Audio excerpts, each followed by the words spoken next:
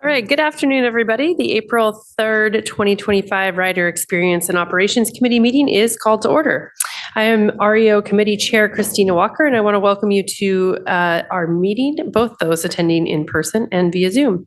For board members joining via Zoom, please turn on your camera and state your name prior to making any comments and asking any questions so the public and your fellow committee members know who is speaking. Hunter, would you please call the roll? Angela Burney. Christine Frizzell. Present. Board Member Frizzell is present. Hunter George. Here. Board Member George is present. Ed Prince. Here. Vice Chair Prince is present. Deshaun Quinn. Here. Board Member Quinn is present. Pete von Reichbauer. Karmai Zachalai. And Christina Walker. Here. And Madam Chair, a quorum is present at this time. Great, thank you, Hunter. And I'm going to go ahead and turn it right over to our CEO, Jeroen Sparman. Thank you, Chair Walker, members of the committee. Good afternoon to everybody. So I'm here in my capacity as acting CEO at this point, filling in for CEO Dag Constantine. I do have some comments today pertaining to today's agenda, and I'm going to start to give a quick update around commentary around the whole Link IGA update process. As was mentioned at our last REO committee meeting, Sound Transit and our partners at King County Metro have begun working toward a new Link intergovernmental agreement. For context, just so that our board members and the viewing audience know, all of our operating services are operated by contractors except for the T-line in Tacoma, which is actually operated by Sound Transit itself. The 1 and 2 line trains, as part of the Link Light Rail system, are operated by our partners at King County Metro, specifically the King County Rail Division. The Link IGA is the mechanism through which Sound Transit and Metro agree on the terms of our partnership and lays out how we will divide a wide variety of operations and a wide variety of maintenance functions between the two agencies. And we've been using an IGA to manage this relationship since the inception of Link Light Rail Services, which is now about 20 years ago. The current IGA with King County Metro expires at the end of this year, at the end of 2025. A joint team comprised of staff from both agencies have come together early last year in order to identify gaps for roles and responsibilities in the current IGA, analyzing key financial and operational performance metrics, establish a current operating cost baseline, and identify organizational changes that could help lower costs or improve service quality for all our passengers. And this staff group will clarify methodologies for resource planning and determine the needs, and most importantly, draft a new IGA. The vision guidance in this work is to ensure that our operating teams on both agency sides have the needed resources to meet passenger expectations in a fiscally sustainable and efficient manner. Some of the key principles that has been applied in this work include first and foremost, centering passengers to deliver a well-connected and integrated regional transit system. Second, using performance measures and data to drive resource allocation and decision-making. Performance will be monitored and documented to evaluate service quality for passengers in real time on a regular, ongoing basis. And third, supporting workers, our workers, and the King County Metro Rail Division workers, so we can hire and retain the highest quality staff to deliver on this shared vision and the outcomes that we're driving for. We do plan to invite our King County partners in the future to jointly present with us as we start talking and engaging around this new IGA. The plan currently is to start introducing a new draft IGA later this year. The original goal was to have the new IGA ready to take effect in early 26. For a variety of logistical reasons, that may slide a few months, which means we at that point would have to extend the current terms of the current IGA for a few months until the new replacement IGA can take effect. So that's what's coming at the board, and of course starting at the REO committee.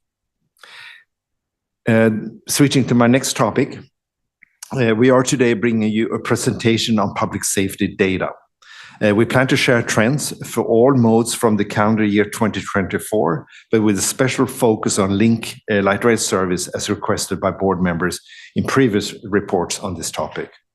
I do think that you will see some data today that is pretty encouraging. It shows that we're on the right track, but I do want to acknowledge we have a lot more work to do. This is a challenge and an issue that is not quite solved, and we need to stay very diligent, even as we're seeing progress, to make sure we continue to move things in the right direction.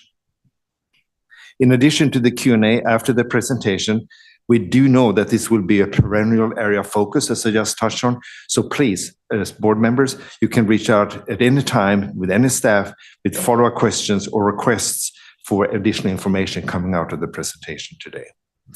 In the interest of time, the Rio metrics presentation won't be delivered as usual, but this month's information is still in your packet. And as always, if you have questions on any of that information, also please let us know. And Chair Walker, that concludes my comments. Thank you. Great. Thank you, Jeroen. Any questions or comments for our CEO, acting CEO, right? All right. I don't see any questions at this point. Thank you for that. I know that the IGA with King County is a huge undertaking and very, very important to the agency. So appreciate being kept up to date on that. We will move on then to public comment. The Rider Experience and Operations Committee welcomes public comment as an important part of the public process. Comments are received and considered by the committee in its deliberations. Hunter, what types of comments have we received today? Madam Chair, we have only received written public comments today. Great, thank you. Will you read the names and summaries of those written comments? Yes, we received a comment from Erica Sifra requesting an express trip during commute hours to Seattle from Federal Way for the upcoming Federal Way Link extension service. Is that it? All right. Well, thank you. I know the comments provided will be posted on the Sound Transit website so that the public may view them. Seeing no other comments, I will call public comment closed and we'll move on to our business items. We just have one business item for today's agenda for final approval, and that is the March 6th, 2025 Rio Committee meeting minutes, and I will entertain a motion to approve those minutes. Madam Chair, Prince. So moved. Board Member George, Thank you, second. Great. Thank you, Vice Chair Prince and Board Member George. It's been moved and seconded. All those in favor, please signify by saying aye. Aye. Aye. Any opposed? All right, the motion carries. Thank you. We will move on to our reports to the committee. We have 3 important reports today, and we're going to start with the 2025 Club World Cup and the 2026 World Cup. And we have Marie Olson, our acting service delivery deputy CEO, here in the room to provide the presentation. And Marie, you're going to introduce other presenters? Okay, great. Thank you. Thank you, Chair Walker and members of the committee. We are very excited to bring you the first update of the upcoming FIFA tournaments coming to Seattle this summer and next summer, and share with you more about the work ahead. We plan to brief you on a quarterly basis on this moving forward. Next slide, please.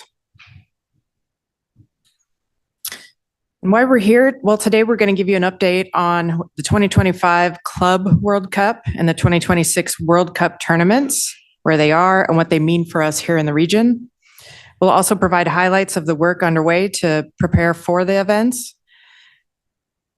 As we get closer, we'll share more details with you, of course. So the presentation is for information purposes only. No action required today. And I will turn it over to Juan Higuera. He's our Executive Strategy Advisor and World Cup Planning Lead for Sound Transit. He's going to walk you through the rest of the presentation. Next slide. Thank you, Marie. And thank you, Chair Walker and members of the committee. Excited to be here to provide the first of many updates to come on the FIFA tournaments. As a starting point, we wanted to talk to you about and ground us on the basic terms you'll hear us use throughout this process. First, the word FIFA. So we wanted to make sure that you understood that FIFA is a governing body internationally of soccer or football. And they are the organizers for the soccer tournaments that are coming to Seattle in 25 and 2026. Second, the 2025 Club World Cup is a tournament that features club-level teams from throughout the globe, including the Seattle Sounders this year.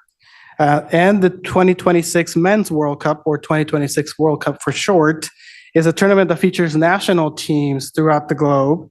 And the 2026 World Cup will be, we expect that the viewership of the final game will reach over 3 billion. That's what the B is, just a final game. So that gives you a sense of the scale of that tournament that we will have in Seattle. Next slide, please. So this slide provides details that compares the two tournaments side by side, and I'll walk you through all the details of on the slide. First, the tournament in Seattle, the date range for both tournaments differs. So in 2025, we have the games being played over a span of 10 days. In 2026, it's over a course of 3 weeks or so. Seattle will host 6 games for both tournaments. All games will be at Lumen Field here in the downtown core. In 2025, games will be weekday and weekend. In 2026, all of the 6 games will be on weekdays. In terms of the number of folks we are expecting to the region for both tournaments, it varies vastly between the two. In 2025, we expect upwards of 150,000 folks or so, which is typical to what we have seen in prior events. For 2026, we are looking at 750,000 upwards to 1 million. That is what we're hearing right now from the organizers. It's important to know that for 2025, all of the games will be in the group stage only, no knockout round games, meaning that all games will last up to 2 hours. In 2026, though, 2 of the 6 games will be in the knockout rounds, so they have the potential to extend an extra hours into extra time and penalties. And that's an important note because we need to make sure that our plans account for that when we're planning for exit strategies from the games. And the last thing that I'll mention on this slide is that FIFA in 2025 is not sponsoring any festivities throughout the region. In 2026, there's actually the total opposite. We expect a significant amount of FIFA-led festivities, including the main fan festival at Seattle Center and 2 fan zones within our district in Tacoma and in Everett. Details and locations of those particular fan zones are still to be decided. Next slide, please. As we dive into what our plans are for both tournaments, it's important to note what is our goal, what are our guiding principles, and that's shown on this slide. We have a strategic goal of providing a great ride to both existing riders and visitors coming to town for the tournament. So that's our guiding star. And you see some of the elements that we're going to measure our success on come to both tournaments. Making sure that we're providing a clean and safe system, a reliable system, and that folks are informed all throughout the event. Next slide, please. So moving into the details of the 2025 Club World Cup. Next slide, please. So on this slide, you actually see the schedule details for 2025. As I mentioned earlier, we will be hosting 6 games here in Seattle over a course of 10 days. You see the days there. The Sounders are playing in 3 of those games every other day. And Seattle actually ended up with some of the better teams from the tournament. So we do expect most of the games will sell out. It's important to note that 2 of the game dates have Seattle Mariners games in town as well on the 15th and the 17th. And that's important to make sure that we are providing enough capacity to move people to both the Club World Cup and the Mariner games. Next slide, please. So for 2025, up until now, we have been preparing and developing plans based on what we have typically done for Seahawk playoff games. So on this slide, you see some of those elements shown. In the coming weeks, we will be finalizing all of these plans and sharing those with you at a future update, likely in June Rio, ahead of the tournament. But just to summarize some of the elements that we do expect to provide, we're looking at providing special event service for Sounder. We're looking to provide some additional service on Link. We're also going to provide additional staffing on the security side and staff ambassador side to make sure folks are able to have the customer support throughout the tournament. We'll be doing some temporary wayfinding and signage, and we will be deploying some pre-event messages via our website and rider alerts, as well as partnering with others to make sure that the word gets out of what our plans are. Next slide, please. In addition to what we typically do for large special events that come to Seattle, there's 3 pilots that we wanted to share with you that we have planned for 2025 in preparation for our 2026 work. The first one is on the left-hand side, you see a picture from the Linwood opening. So in the past few openings of light rail extensions, we have partnered with the communities to activate the various stations that we are opening. In 2025, we're actually taking that to an existing station here at the ID and partnering with the community to provide an activation space right outside Union Station. And that's important to us because we want to build partnership with the community as well as test out a few strategies within that activation framework for 2026. Second, on the middle there, you see an example of wayfinding and signage from the Paris 2024 Olympics. And so we are piloting a couple different things on the wayfinding and signage side for 2025 in preparation for a bigger scale and region-wide deployment of wayfinding and signage. In 2025, we will focus on stations around Lumen Field, so Stadium Station, King Street Station, and the ID, and as well as Westlake and SeaTac Airport stations, which are the stations that we do expect to be mostly utilized during the 2025 tournament.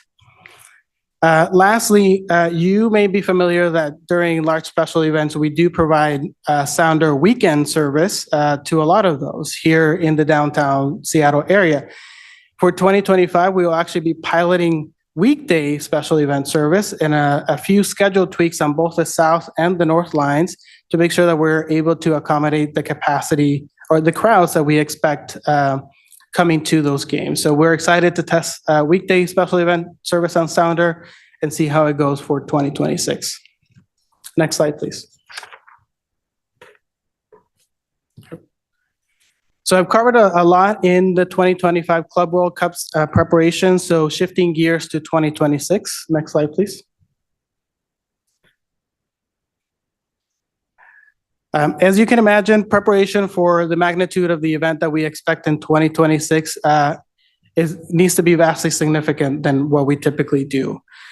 So in this slide, you see the framework that we're now working under regionally to align our plans and preparations for 2026.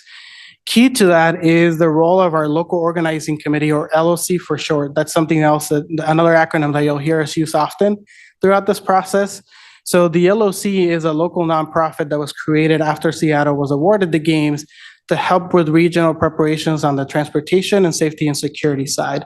So they host all the regional agencies in preparing different plans for that are due to FIFA, the tournament organizer, over the course of the next few months. Those plans include mobility and safety and security and making sure that we are ready to host the games. So as we, Sound Transit, prepare our own plans for each of the modes and as well as passenger experience and safety and security plans, those will be fed up through the local organizing committee structure. Next slide, please. So on this slide, you actually see, and apologies, there's a lot going on this slide and it's very small, but you actually see the tournament schedule for 2026. Highlighted in purple are the 6 game days that are happening in 2026. This slide is provided courtesy of the local organizing committee. Also part of the slide are some color coding, orange, red, and green. So the red days are the days that we expect the highest level of demand on our system. And the orange is where we expect medium demand. And green just means the regular demand that we tend to see today, or that we will have in 2026. So as we move forward, there will be additional elements added to this schedule that you'll see in future iterations of this presentation. Next slide, please. I mentioned this in a previous slide, the festivities that FIFA will be putting together during the tournament. The main fan festival will be here at the Seattle Center by the Space Needle, with capacity of upwards of 30,000 people watching games that are being played in large TV screens. That fan festival will have different types of activations that are still being defined. But as you can imagine, in addition to preparing moving people to and from Lumen Field, we also need to account for multiple waves going and coming and going from the Seattle Center during a particular day. In addition to the fan festival at the Seattle Center, we will have fan zones throughout the state. Here in the Seattle, in the Puget Sound region, we will have a fan zone in Tacoma and in Everett. And that's important because as we prepare for service on our various modes, we need to take into account what it means for not just Link that moves people to and from downtown or even Sounder, but also ST Express and the T-Line. Cities themselves will have their specific viewing parties in partnership with FIFA and other folks throughout the region. So there's going to be a lot of movement throughout the region, and we need to make sure that we're providing enough capacity to move those folks. And you will see at a future update some of those plans that we are brainstorming right now. Next slide, please. So in terms of at a high level, what are we planning for in 2026? So we are making sure that we're working towards completing Link and Sounder capital projects currently underway. We're making sure that we're confirming that our service levels on each of our modes is adequate to accommodate the demand. We're drafting passenger experience and communications plans, as well as safety and security plans to make sure that we're planning to move the number of people that we expect. There's a few bodies of work that we're doing on the fares and working with our ORCA team to make sure that we're aligning what that could be. And there's as you've heard in prior RIO presentations, some of the resiliency work that needs to happen prior to the World Cup. So we'll be providing more details on resiliency, state of good repair, and other vertical transportation elements that need to be completed.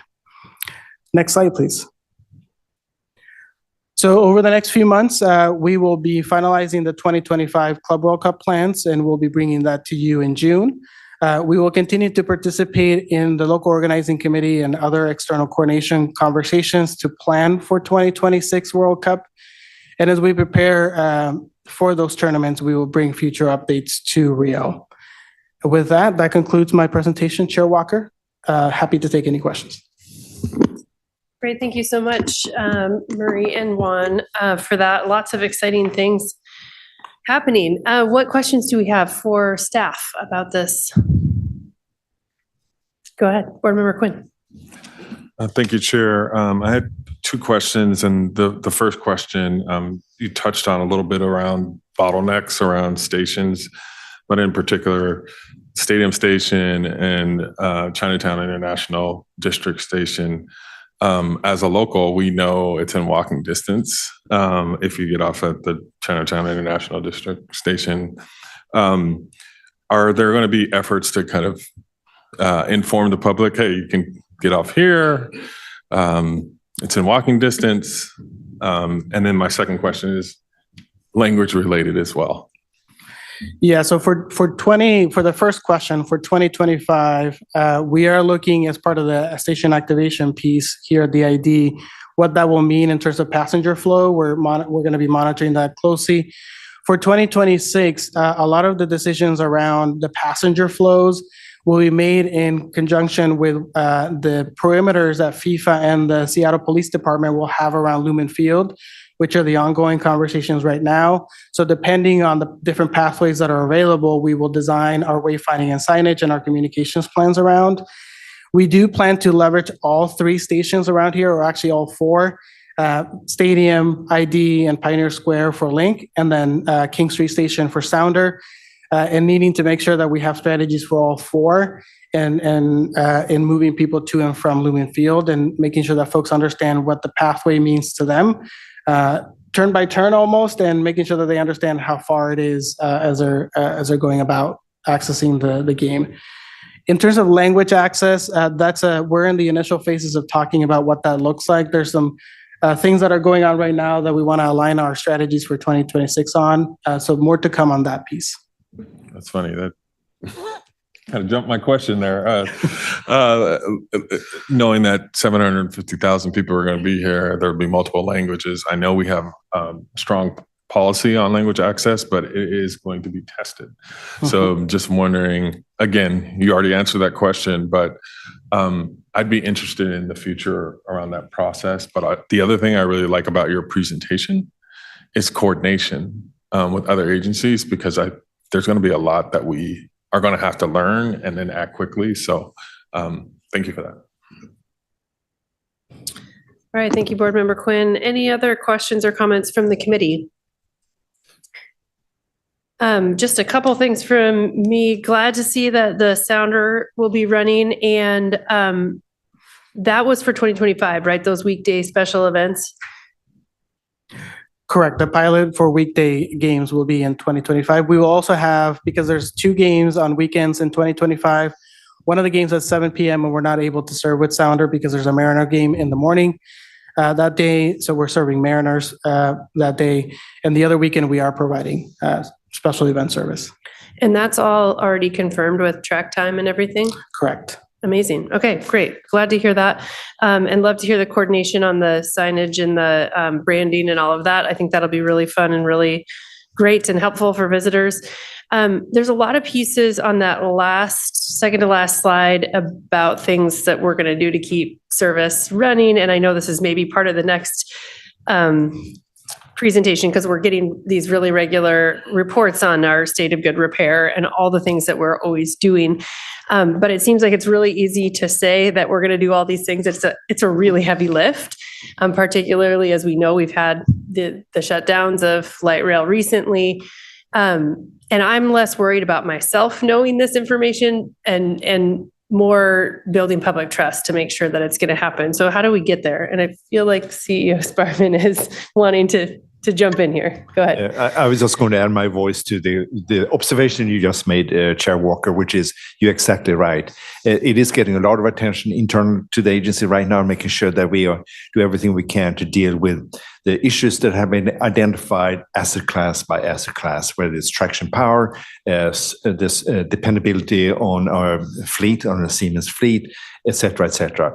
So Marie, who's sitting here, Moises, both deputy CEOs, are leading the charge right now to make sure that we are organized properly and do everything we can, both for later this summer, but especially for the World Cup next year, when we're expecting these huge passenger volumes, to make sure that we do everything we can to provide really dependable service. It's really key.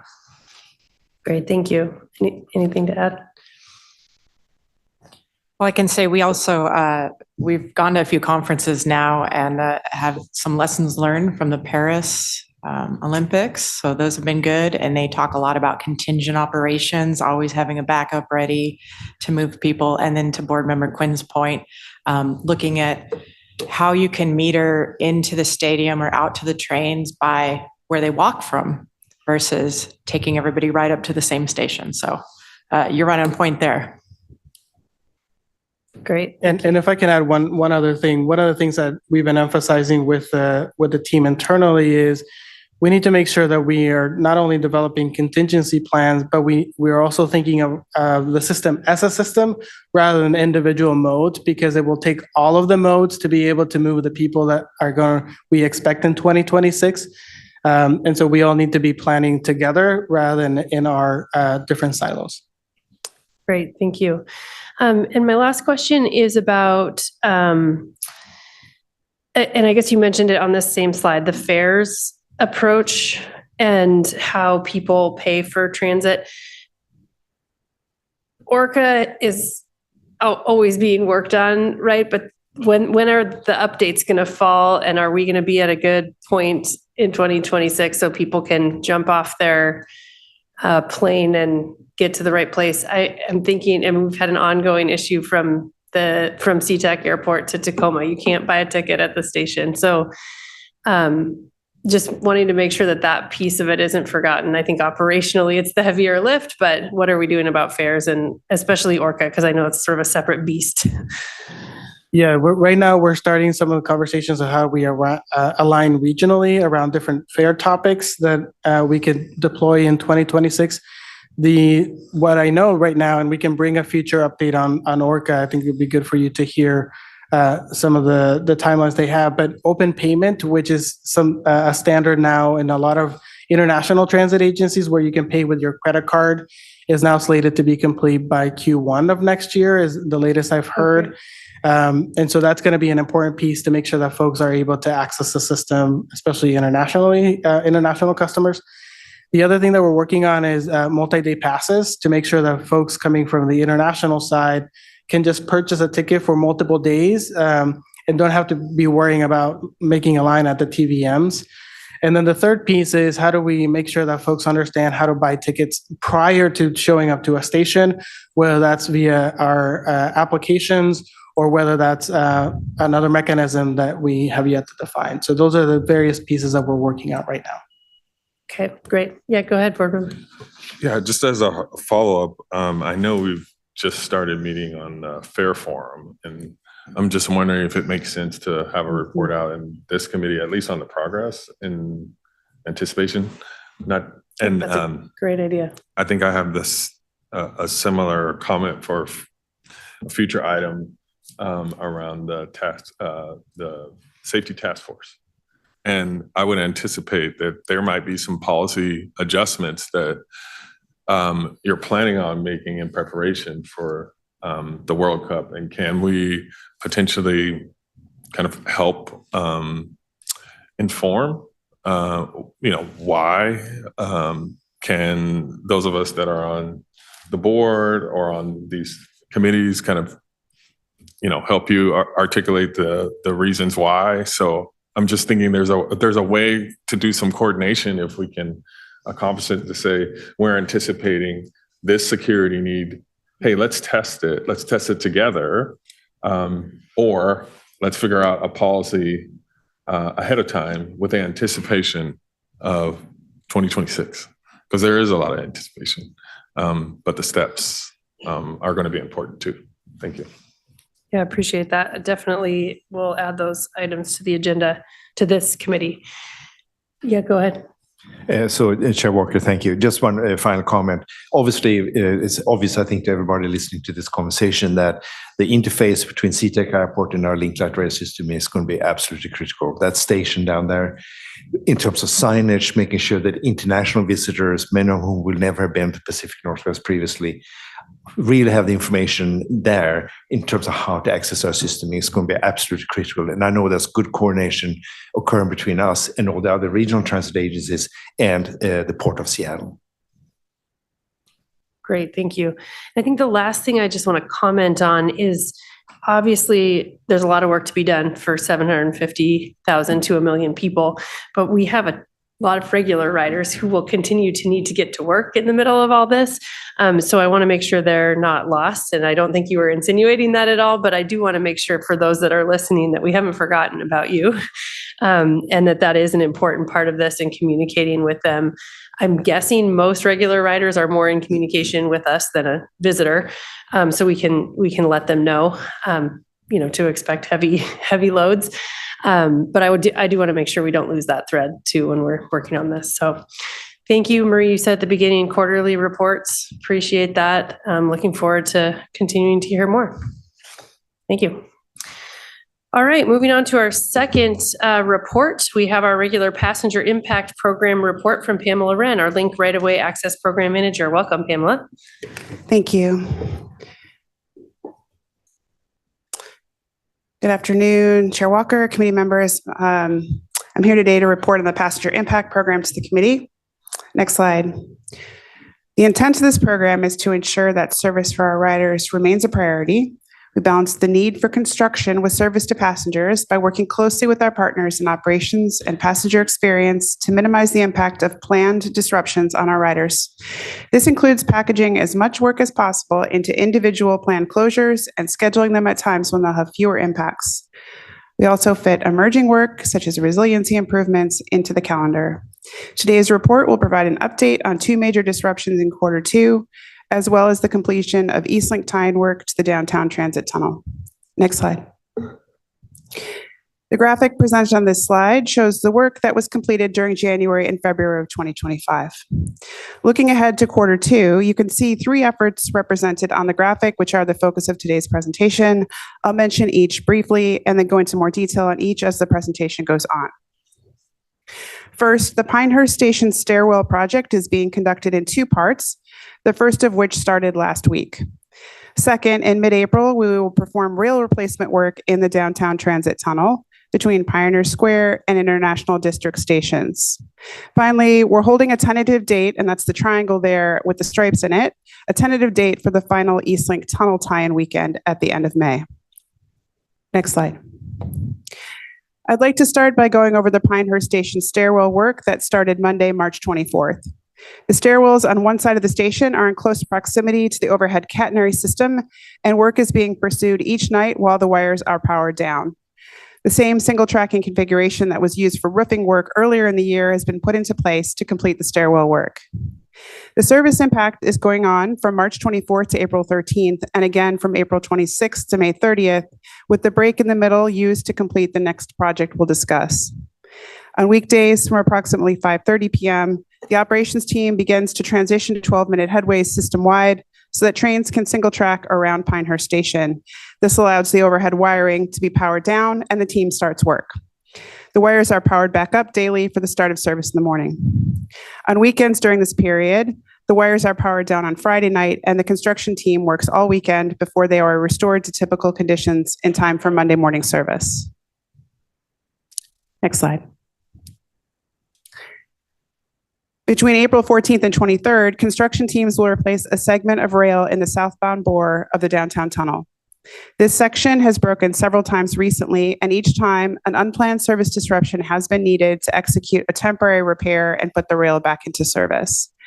The teams will work 24 hours a day during this period in order to minimize the duration of the service disruption. We are also working on fitting multiple piggyback projects into this event to accelerate resiliency work while there is a closure in place. Next slide. Operations during this period will be challenging. To the north and south of downtown, train service will remain close to normal. Between Linwood and Westlake stations, headways will be 12 minutes.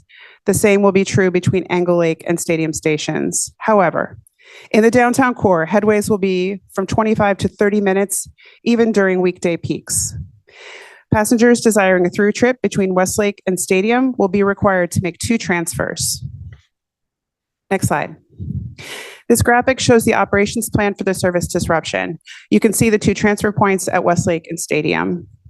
Understanding the significant impacts of this work, we are very focused on recruiting staff ambassadors and organizing Sound Transit security and fare ambassadors to help passengers in the field.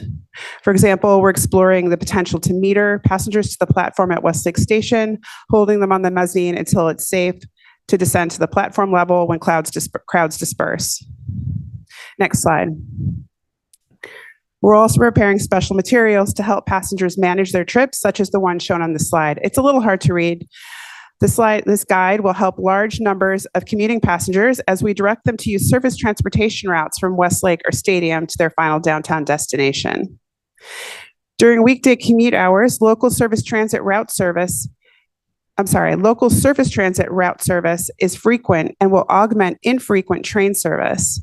Passengers will still have the option to wait for the transfer train if they prefer to take that route to their downtown destination, or if they need a through trip to points north or south of downtown. We're taking additional measures such as coordinating with King County Metro on messaging and adding extra service to Town Transit Express Route 515 to help some commuters skip the disruption altogether. We've also put together a trial of a PM peak hour surface bus circulator to add bus capacity in the peak hour. Next slide. Finally, I wanted to give a brief update on plans for the Eastlink project, which must still complete some testing that was delayed from January. This work continues to be postponed until the team indicates that underlying conditions in the system have been repaired and the ability to test has been restored. Right now, we are tentatively holding the last weekend of May for this work, but it may shift again. In any case, the delay in this work will not cause a delay to the start of pre-revenue service. Next slide. To conclude, we will continue the Pinehurst single tracking currently in progress and detailed planning for the much larger impact starting April 14th. We'll also continue to work on future impacts such as the Eastlink tunnel closure. Next slide. So at this time, I'm happy to take your questions. Great, thanks, Pamela. What questions do committee members have? Go ahead, Board Member Quinn. I'm taking board member Strauss's. No, I just had one question, and it's on PowerPoint slide number 5, and it's that last bullet on the resiliency work, and it lists here the 5 piggyback projects. Can you speak to those briefly? Sure, I can. So these are typically projects that could do their work during non-revenue periods, but it just takes a really long time for them to do that. I'll give you 2 examples. One of them is a sewer survey. So that team is bringing back trucks into the tunnel. They're opening up the sewer portals inside the trackway and then getting those vac trucks in there. So they're having to clean out the trucks in order to clean out the sewer system in order to inspect. And then those trucks have to drive out, dewater, get gas again and drive back in. So they're going to be doing this while the trackway is closed. Another project is another survey, a fiber survey. So in this case, the team has to access the fiber junction boxes above the overhead contact wires, which means the overhead contact wires need to be powered down. So these are just some examples of some of the work that will be going on during that period. Thank you. Great question. I just had a quick question on slide 8 on the routes there. And I think I figured out my answer actually, but I want to just double check. The dotted lines on the 510 and 515, that means they're one direction only. Am I reading that correctly?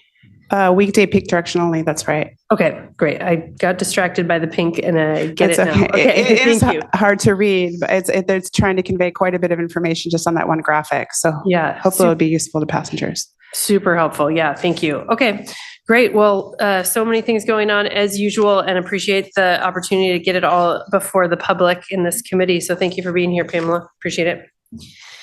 All right, our last presentation, Moises Gutierrez is here, our Agency Oversight Deputy CEO, to present on public safety. Go ahead. Thank you, Chair Walker and members of the committee. CEO Spartman already went through some remarks at the top of the hour, so I'll be brief. Last September, as a committee may recall, we brought a presentation on public safety data, and that was focused on the first half of 2024. The committee had a great conversation at that time and also asked questions that we have reflected on since then. Now we're bringing back this presentation, the same topic, to reflect on the entirety of 2024 when it comes to public safety data. And the team will also provide some updates on key initiatives related to security. As CEO Spartman also noted, we are seeing some optimistic trends, but we have a lot more work to do, not only within Sound Transit, but also in coordination with local law enforcement agencies, for instance. And I'll now turn this over to Brian DePlace. He is our Acting Deputy Executive Director for Passenger Success, and he's here with Mr. Brandon Porter. He's our Acting Deputy Chief Safety Officer, and they'll go through the details. Thank you. Great. Thank you, Moises and Chair Walker. Just doing a sound check to make sure everyone can hear. Sounds like it. Yep. Let's go to the next slide, please. So as Moises mentioned, today's presentation is in response to this committee's direction from September 2024, when we presented our annual safety report. And specifically, there was a request to provide more information about how Sound Transit is deploying public safety investments for the benefit of passengers and workers. In the following slides, we'll show some metrics for 2024 that are indicating some initial positive trends, as both Jaron and Moises have highlighted, specifically related to assaults, which was a focus of that September presentation. To manage our time, we focused today's presentation first on the overall system, and then with more detail on Link Light Rail. Happy to talk about the other modes if you would like, either in Q&A or at future briefings. And this presentation is informational only, and we're not requesting any action from the board.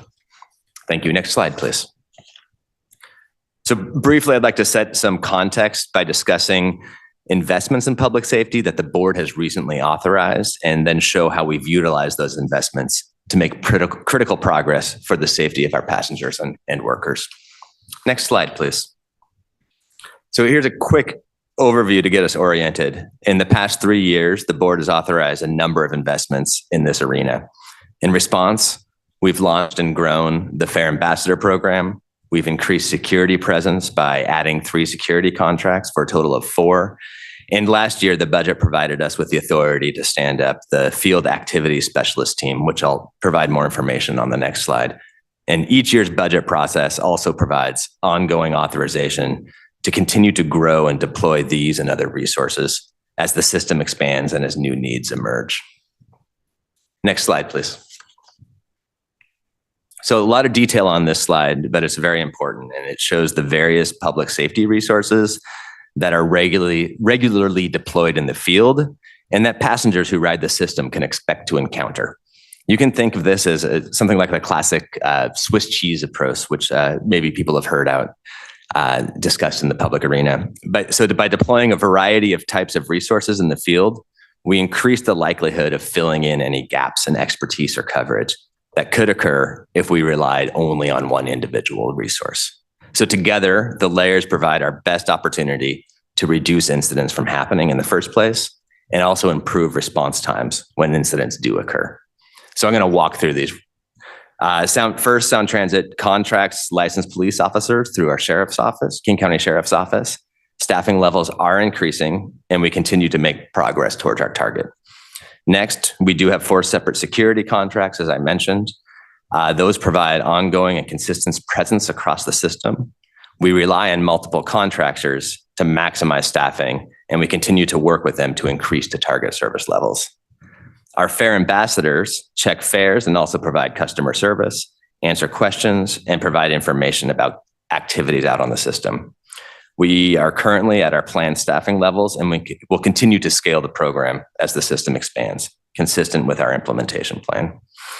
We also have station agents who help passengers navigate specific stations, including assistance with buying tickets and getting direction. And then we have our Field Activity Specialist team, or FAST, as I mentioned a minute ago. They are in-house Sound Transit employees and are trained to provide 24/7 presence. They increase our response times to incidents and coordinate back with our Security Operations Center to provide critical information and field coordination.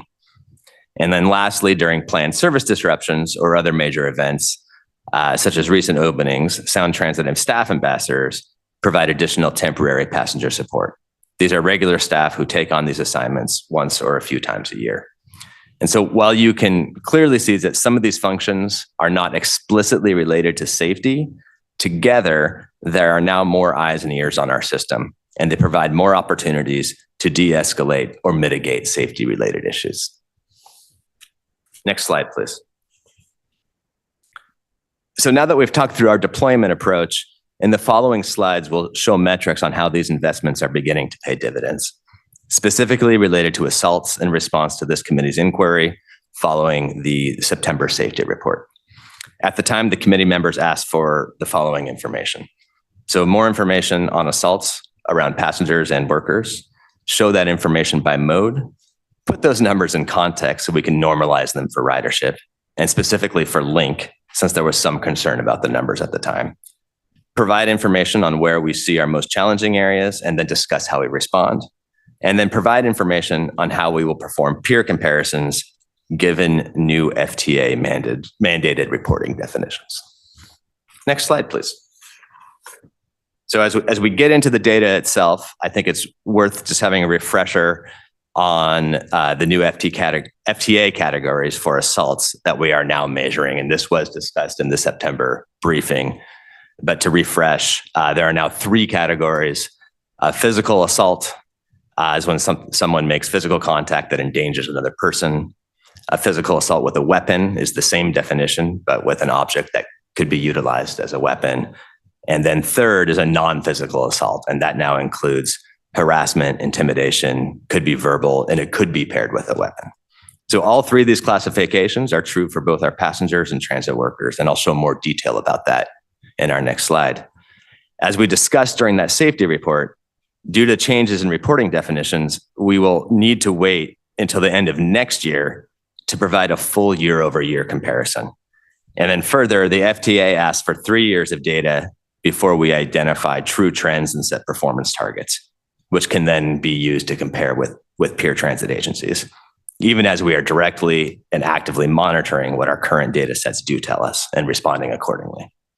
As I mentioned, the next few slides show data for all modes as a summary, and then a little bit of a deeper dive into Link, as that is our highest ridership mode. Next slide, please. So this chart here, it breaks out 2024 assault types against passengers, and that's in the light blue, and transit workers in the dark blue. And each stacked line shows the classifications that we just discussed on that previous slide. Physical assaults, physical without a weapon, and then non-physical assaults. We want to be very transparent, and so we are showing the aggregate number of assaults. This key metric allows us to continue to work to get those numbers as low as possible. You'll notice that the overwhelming majority of reported incidents, if you were to do the math, it's about 85%, did not include any sort of weapon. And that is not to minimize the seriousness of any of these incidents, but only to provide key context. I also want to note that the impression we get from our security staff and operators is that the majority of passenger assaults may be more properly classified as assaults between passengers, people who may already know each other. So in other words, random assaults on unsuspecting passengers is thankfully very rare. However, we do not currently have sufficient data granularity to actually demonstrate this on a chart. Next slide, please. This slide shows all recorded assaults for 2024. I'd like to highlight two main findings here. First, an overall encouraging downward trend from the beginning of the year to the end of the year, and then some seasonal fluctuation within that trend. So looking more closely at the top of the graph, to provide some context, you can see the system carries, more than on average 3.5 million passengers per month. And the range of incidents are between 25 to 80 individual incidents per month. So that gives you a little sense for the scale in relation to ridership. A couple other observations. Our highest ridership months are in the summer and late summer. So there does appear to be a correlation between more riders being on the system and a lower rate of assaults. Summer is obviously our best weather here, and so you will see some upward trend as we move into the fall and winter. This might be attributed to a relative increase in people without housing seeking shelter on public transit in those colder and wetter months. The green portion represents Link, which ended the year with 12 more stations than what we started with, even as the end of the year had fewer incidents than the beginning. I'll mention briefly that just yesterday, I saw some preliminary data into early 2025, and we are still seeing January and February of this year has a lower number than those same months in 2024, even as the system is significantly larger than what we started the year with. Next slide, please. So this graph shows only the Link data to focus on our mode with the highest ridership. When we presented in September 2024, you asked for the assault data to be normalized against ridership. And so we are showing incidents per 100,000 riders, which is a common metric to use in transit. And for context, in some summer months, we sometimes see ridership exceeding 100,000 riders on a busy day. As I mentioned, January and February 2025 does appear to have a lower rate per 100,000 than the same months in 2024, indicating a reason for optimism around the effectiveness of the investments that the board has authorized. Next slide, please. The committee also asked for information on where we see the highest activity. And so here we've listed the top 6 stations. So we've noticed a few trends. Incident levels often correlate with very high ridership stations. This would be the case for stations such like Capitol Hill, International District, and the U District. Additionally, stations such as Tukwila have both high Link ridership and also high transfer activity. And finally, we do see more incidents at end-of-line stations, which is where we clean and clear trains and get them ready for the next trip. As a result, there are often interactions with passengers as we are requiring them to deboard trains. This could explain why we have seen a relatively higher number of incidents at both Angle Lake and Northgate, which was, the latter of which was the terminus for most of 2024. Next slide, please. So given the data shown on the previous slide about some of our challenging areas, we wanted to provide more information around the steps we're taking to keep our passengers and workers safe. So first, Sound Transit is an active participant in the Regional Safety Task Force that was just stood up in the wake of the deadly attack on King County Metro operator Sean Yim. We will continue to attend, listen, learn, constructively provide input, and implement plans that come out of this important regional work. On a more day-to-day level, we review incidents like we saw on the previous page, identify hotspots, and deploy our public safety resources accordingly. We also provide all our frontline staff with de-escalation and safety awareness training, since we want anyone who works for us to feel safe when they come to work. We will continue our partnership with King County Behavioral Health and with a focus on downtown Seattle stations. And we have ongoing work to activate our stations with programming, cleanliness, and lighting, because bringing more people to our stations does increase safety. Next slide, please. So for next steps, we will continue to monitor trends, and we and our peers will begin sharing information using the new FTA definitions. We will also continue our work to hire and onboard key field staff responsible for safety and security of our passengers and workers. And of course, we will report back to this committee on our progress, including but not limited to our annual safety report. And that concludes my presentation, and Brandon and I are happy to take any questions. Great, thank you, team. What questions do we have, committee? All right, it looks like you answered all of them. I just had one quick question. This is the slide that is titled, "How do we deploy public safety resources?" There's a list of various different groups. Under station agents, you said those are the people that help folks find tickets and, find their station or things like that. And that it is at 14 stations, or it's at specific stations, and there are 14 of them. So just curious how we decided on those, and if that changes or they rotate, or do they have like a specific physical location that they can't move from station to station? Do you want to answer this one, Brandon? I can speak to station Oh, yeah. agents if you want. So all of our sounder platforms, that's basically how we designate these. Sounder only basically runs in the commute time, so it's the same person you're seeing every time. And then we do have one at SeaTac, an individual. So that's basically how we. So the SeaTac Link station, and SeaTac then all Link. the sounder stations. And every sounder platform. Gotcha. Yeah. Okay, great. King Street. Yep. That seems really useful. Is that something we might expand in the future, or are we covering that sort of service through the ambassadors and the other folks? We do have a contract. We have in the past, flex that if we need to, if we've got additional crowds or something coming in. So it is an option. What we do see there, though, is those folks that get pulled in, like versus fare ambassadors or staff ambassadors, they're not as trained, et cetera. So it depends on sometimes a big UW like Husky or Seahawk event. They'll help passengers line up at the ticket vending machine, things like that. There's just specific work we have them do. But yeah, they're a lever for sure. Okay, great. Yeah, go ahead, board member. I did think of one question, and it goes back to the definition of assaults based on FTA guidance. And I'm just wondering internally, disaggregating the data for Sound Transit purposes, I'm assuming that exists, but is it thrown off by this change for reporting, or that's still internal conversation? So I'm sorry, I'm not actually quite understanding your question. Okay, so, if you could restate it. Yeah, sorry, I apologize. That's me. So the FTA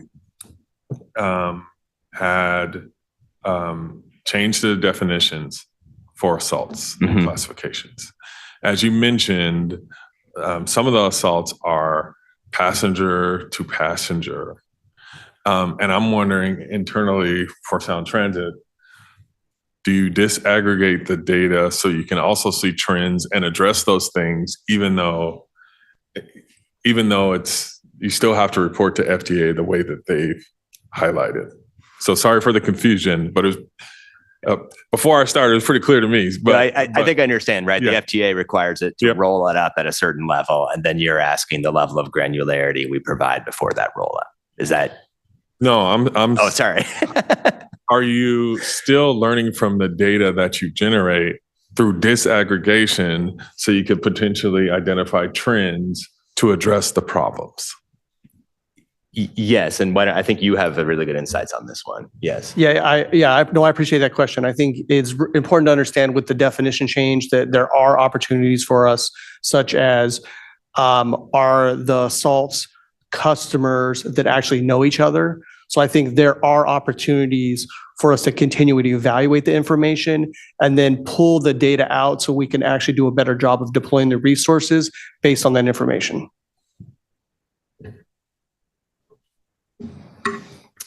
Okay, great. My last question is about coordination with local law enforcement. I know that has been mentioned a number of times. King County Sheriff is specifically mentioned here. I think we have a contract with them officially. What does it look like to coordinate with local law enforcement in other places where we don't have a contract? Yeah, I think Brandon has been doing a lot of work in this arena. I just keep passing that over to you. It's been a little bit of a challenge in terms of the King County Sheriff's Office can only do so much, obviously, within the county and then to the city of Lenwood, for example. So we currently are working with the city of Lenwood and making sure that that partnership between King County and Lenwood Police are solidified so we can continue to mitigate that risk. We did hire a consulting firm to come in and do a long-term law enforcement strategy, looking at how we're going to deploy law enforcement resources throughout all three counties, right? So we really need to develop out that strategy. That is planned to be completed here in the next couple of weeks. And then we're going to continue to bring in our partners throughout the different counties from a law enforcement perspective and help us really build out that strategy. Okay, so currently, how does something play out in Snohomish or Pierce County if there's an incident on a train or on a platform? It's just your team calling 911 and whoever's on duty shows up? Yeah, currently the way that it's set up is that the local jurisdictions have they're the primary jurisdiction. So if they call 911, then local police would be the ones responsible for that.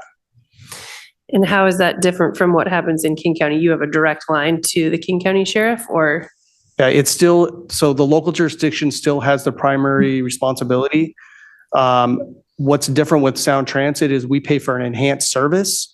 So for example, if a jurisdiction comes back and says, hey, you know what, this is really providing a lot of restraints on our resources, then the King County Sheriff's Office will actually partner with them and find ways to kind of eliminate some of those risks or some of that activity. There are also coordinated efforts going on in terms of if, say, there's an incident that occurs, I'll just say Tukwila, for example, where our police are in the area, they can respond and then they can talk. And if the city of Tukwila, they have the first right of refusal, so our law enforcement can actually take over that investigation. Okay, so I think maybe CEO Sparman has something to add that maybe will answer my question. Yeah, Chair Walker, yes. And I noticed Mayor Frizzell, Board Member Frizzell also has her hand up. But just one very quick comment. I want to acknowledge that indeed we are purchasing expanded services from King County. That's why we pay for that. We have a very good relationship with pretty much every jurisdiction. We are in close coordination with City of Linwood PD, City of Bellevue PD, City of Redmond PD. And there has been a lot of conversations about the ability to perhaps have Sound Transit purchase additional services with each of those PDs beyond the regular service. That's a conversation that has been going on for a while. We are not ready to sort of pull the plug on that, but it is a topic of active conversation that I anticipate will continue for a while as we're evaluating our safety trends and making sure that we get the right mix of law enforcement resources put in place. I just want to acknowledge that that has been an ongoing conversation with multiple PDs, and I frankly expect that to happen as we expand the system into new jurisdictions as well. Okay, thank you. That's helpful. I'm still not clear what happens outside of King County. Does the King County contract expand into Snohomish and Pierce? Or, I mean, it sounds like King County is supported If you're in Pearson, Snohomish, you're a little bit on your own.